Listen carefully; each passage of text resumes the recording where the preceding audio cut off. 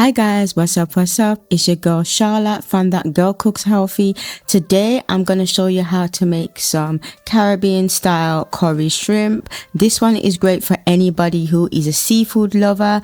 This is a high protein Caribbean recipe that I absolutely adore. So I cannot wait to show you how to make it. So let's get to it.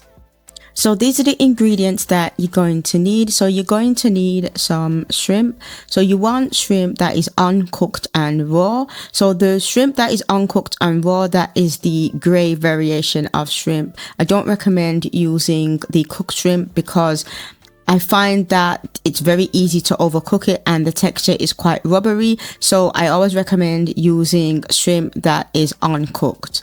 And you also want to devein it as well. I've already deveined the shrimp off camera just to let you know.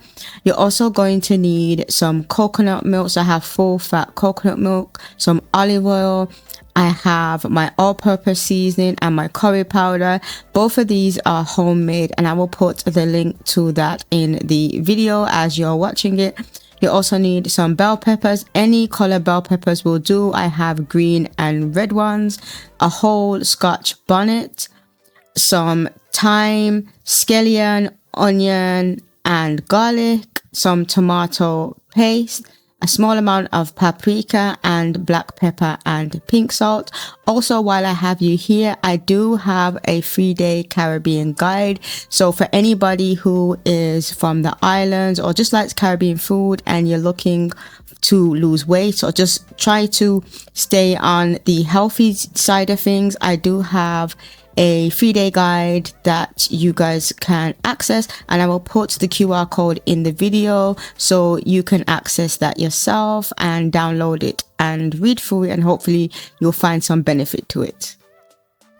So the first thing we need to do is we need to season our shrimp. So I'm seasoning it with my all-purpose seasoning and also my curry powder. If you didn't watch the beginning of the video, this curry powder and all-purpose seasoning is homemade, and I will put the link to that in the video so you can access it and make it yourself.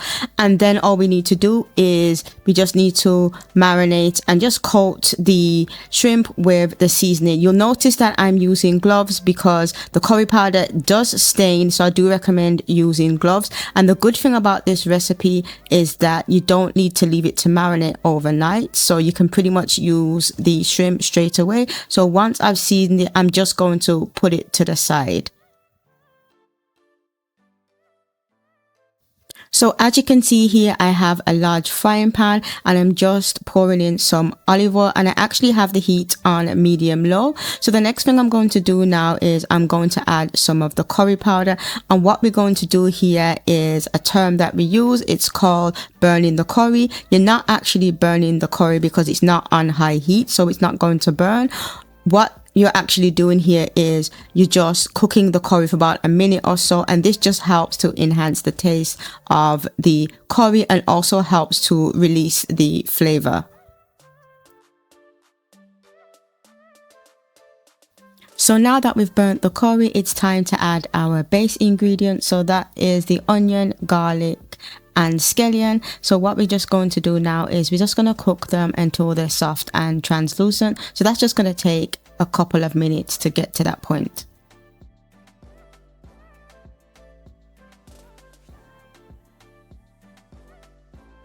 So the next thing we're going to do now is to add our bell peppers, and we're just going to cook them until they're nice and soft. So this is just going to take a few minutes to get to that point.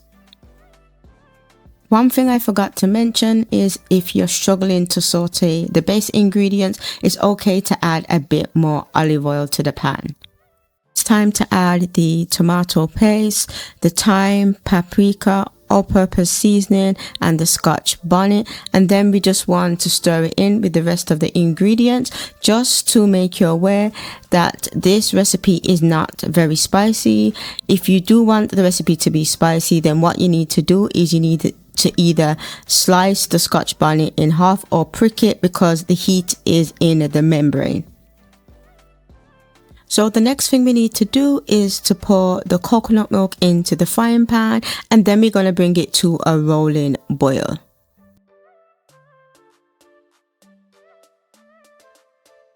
So now that we've brought the pan to a rolling boil, we're going to reduce the heat to medium-low, put the lid on, and we're just going to leave the sauce to simmer for about 15 to 20 minutes. So now I'm going to remove the lid and show you what our sauce looks like. So I'm going to give you a close-up so you can really see that we have a beautiful orange roux, and I'm going to give it a quick stir as well, and it smells so good, trust me. So now I'm going to give the sauce a taste test and then add some black pepper and pink salt to taste, and then give the sauce a stir. I prefer to add it now because we're working with the base of the curry shrimp rather than do it while I'm adding the curry shrimp. So it's up to you when you want to add it. So now that we've made the sauce, the only thing we need to do now is to add the shrimp. So as I said at the beginning, I do recommend using shrimp that is the gray shrimp. The gray shrimp is shrimp that is raw and uncooked. I don't recommend using pink shrimp because I do find that when you use this, the texture changes, particularly when you need to reheat. So it's better to use shrimp that is uncooked because you have better control over the texture of the shrimp. So all we need to do now is we need to just cook it for about, say, 10 minutes or so, or until the shrimp turns pink. You don't need to put the lid on the frying pan. I just typically leave it to cook until it pretty much turns pink. So the shrimp has cooked through, so I'm just going to use my spatula just to scoop up a few so you can see now that they're nice and pink, and that's a really good indication that they have completely cooked through.